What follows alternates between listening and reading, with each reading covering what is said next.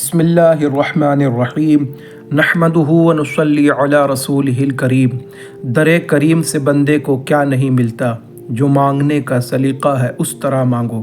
اور سرکار اعلیٰ حضرت حضور کے بارگاہ میں اس طرح عرض کرتے ہیں، میرے کریم سے گر قطرہ کسی نے مانگا، دریا بہا دیے ہیں، در بے بہا دیے ہیں۔ سبحان اللہ۔ حضور نبی کریم تاجدار مدینہ رحمت عالم نور مجسم روحی فدا جناب محمد رسول اللہ صلی اللہ علیہ وسلم کا ارشاد مبارک ہے، صلی اللہ من فضلہ فإن اللہ یحب ان یسأل، یعنی تم لوگ اللہ سے اس کے فضل کا سوال کرتے رہو، کیونکہ اللہ تعالیٰ کو یہ پسند ہے کہ اس کے بندے اس سے دعا مانگتے رہیں۔ آپ لوگ میرے اس ویڈیو میں لاسٹ تک بنے رہیں۔ انشاءاللہ تعالیٰ اس ویڈیو میں قرآن و حدیث سے اختصار کے ساتھ ان دعاؤں کو ضرور یہاں کہوں گا کہ جس کے ذریعے سے آپ دعا کر کے رب ذوالجلال کی بارگاہ سے اپنی دعاؤں کو قبول کروا سکتے ہیں۔ اور لاسٹ میں ایک ایسا تحفہ حدیث کی روشنی سے لے کے آیا ہوں کہ جسے اگر آپ اپنائیں تو آپ کے رزق کی تنگی دور ہوگی، اور بہت سارے لوگوں نے اسے آزمایا ہے کہ جس کا وہ جیتا جاگتا ثبوت بہت سارے لوگوں کے زبانی مجھے خود سننے ملی، اور میں نے یہ اپنایا بھی ہے اور اس کی برکات کو میں نے اپنے نظروں سے دیکھا۔ تو آپ اگر چاہتے ہیں کہ وہ وظیفہ آپ لے کر جائیں تو اس ویڈیو میں بنے رہیں اور لاسٹ تک ساری باتوں کو سنیں۔ آئیے اب لوٹتے ہیں اپنے ٹاپک کی طرف۔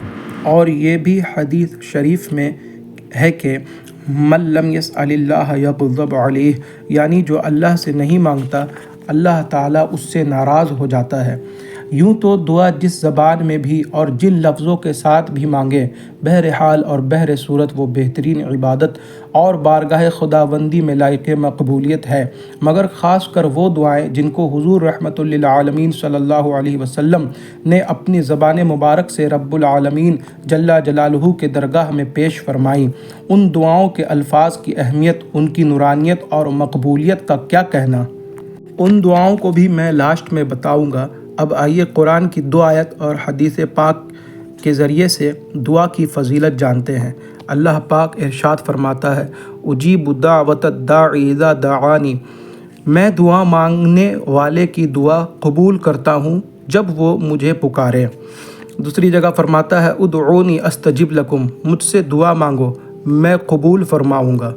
حدیث شریف رسول اللہ صلی اللہ تعالیٰ علیہ وسلم فرماتے ہیں کہ دعا مسلمانوں کا ہتھیار ہے اور دین کا ستون اور آسمان و زمین کا نور ہے۔ ارشاد فرمایا حضور صلی اللہ علیہ وسلم نے کہ جب بلا اترتی ہے پھر دعا کی جاتی ہے تو دعا اس بلا سے جا ملتی ہے، اور دونوں قیامت تک لڑتے رہتے ہیں یہاں تک کہ ان بلاؤں کو دعا اترنے نہیں دیتی۔ ارشاد فرمایا رسول اللہ صلی اللہ علیہ وسلم نے، کیا میں تمہیں وہ چیز نہ بتاؤں جو تمہیں تمہارے دشمن سے نجات دے اور تمہارے رزق کو وسیع کر دے۔ رات دن اللہ تعالیٰ سے دعا مانگتے رہو کہ دعا مومن کا ہتھیار ہے۔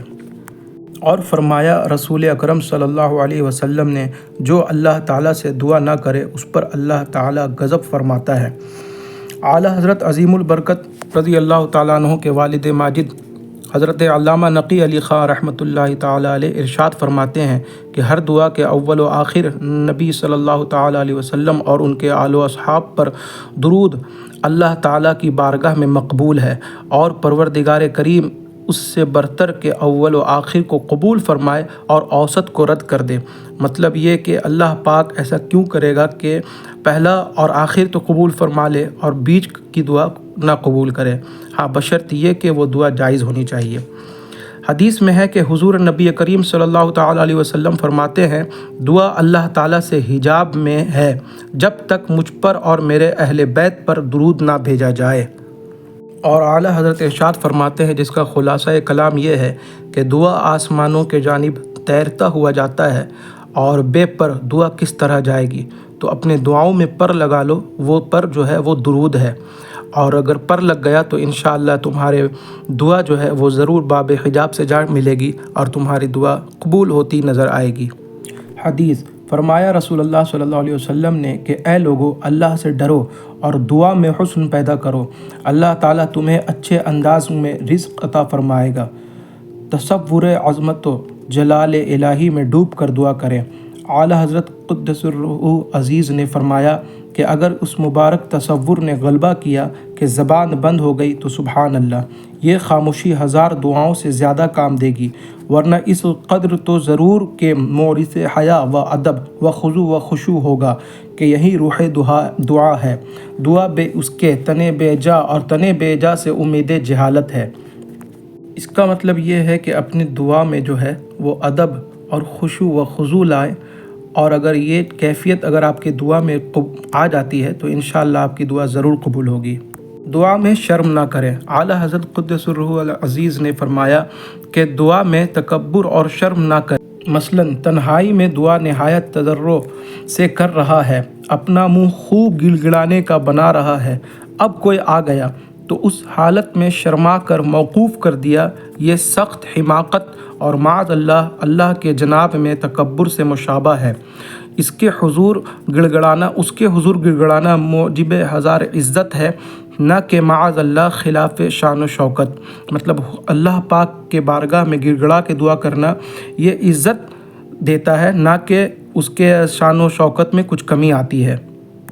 حدیث: دعا مانگنے والے کو کبھی ہرگز مایوس نہیں ہونا چاہیے، کیونکہ یہ بھی حدیث شریف میں آیا ہے کہ بندوں کی دعائیں 3 صورتوں میں سے ایک صورت میں ضرور مقبول ہوتی ہے۔ پہلا، یا تو اس کی مانگی ہوئی مراد کو خدائے ذوالجلال دنیا ہی میں بہت جلد عطا فرما دیتا ہے۔ دوسرا، یا تو اس کی دعا کو آخرت میں اس کے لیے نیکی کا ذخیرہ بنا دیتا ہے۔ تیسرا، یا اس پر آنے والی کسی مصیبت کو دفع فرما دیتا ہے۔ وہ کلمے جن کے ذریعے دعا قبول ہوتی ہے۔ اسم اعظم: حضرت اسماء بنت یزید رضی اللہ تعالی عنہا سے روایت ہے کہ رسول اللہ تعالی صلی اللہ علیہ وسلم نے فرمایا کہ اللہ کا اسم اعظم ان 2 آیتوں میں ہے: وَإِلَٰهُكُمْ إِلَٰهٌ وَاحِدٌ لَا إِلَٰهَ إِلَّا هُوَ الرَّحْمَٰنُ الرَّحِيمُ۔ اور آل عمران کی شروع آیت: الف لام میم اللہ لا الہ الا هو الحی القیوم۔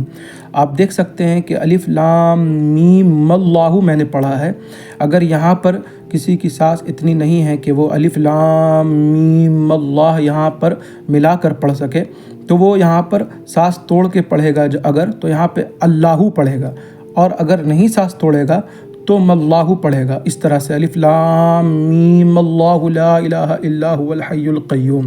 تو یہ قاعدہ بھی میں نے بتا دیا۔ حضرت معاذ بن جبل رضی اللہ تعالیٰ عنہ سے روایت ہے کہ نبی کریم صلی اللہ علیہ وسلم نے ایک شخص کو یوں دعا کرتے ہوئے سنا: یا ذا الجلال والاکرام، فرمایا کہ تیرا سوال قبول کیا گیا، تو سوال کر۔ حضرت معاویہ بن ابو سفیان رضی اللہ تعالی عنہ سے روایت ہے کہ میں نے رسول اللہ صلی اللہ تعالی علیہ وسلم کو یہ فرماتے ہوئے سنا: جو شخص ان 5 کلموں کے ساتھ دعا کرے تو وہ اللہ تعالیٰ سے جس چیز کا سوال کرے اللہ تعالیٰ اس کو ضرور عطا فرمائے گا۔ وہ دعا یہ ہے جو آپ کے اسکرین پر دکھ رہا ہے: لا الہ الا اللہ واللہ اکبر، لا الہ الا اللہ وحدہ لا شریک لہ، لہ الملک ولہ الحمد وہو علی کل شیء قدیر، لا الہ الا اللہ ولا حول ولا قوة الا باللہ۔ حضرت انس رضی اللہ تعالی عنہ سے روایت ہے کہ رسول اللہ صلی اللہ تعالی علیہ وسلم کی دعا زیادہ تر یہ تھی: اللہم ربنا آتنا فی الدنیا حسنۃ وفی الآخرۃ حسنۃ وقنا عذاب النار۔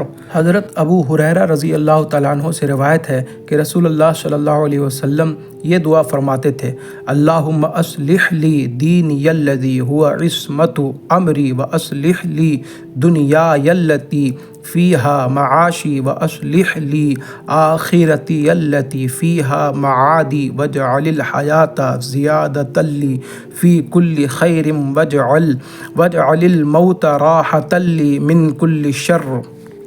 حضرت عبداللہ بن مسعود رضی اللہ تعالیٰ عنہ سے روایت ہے کہ نبی کریم صلی اللہ علیہ وسلم نے یہ دعا فرماتے تھے: اللہم انی اسألک الہدی والتقی والعفاف والغنی۔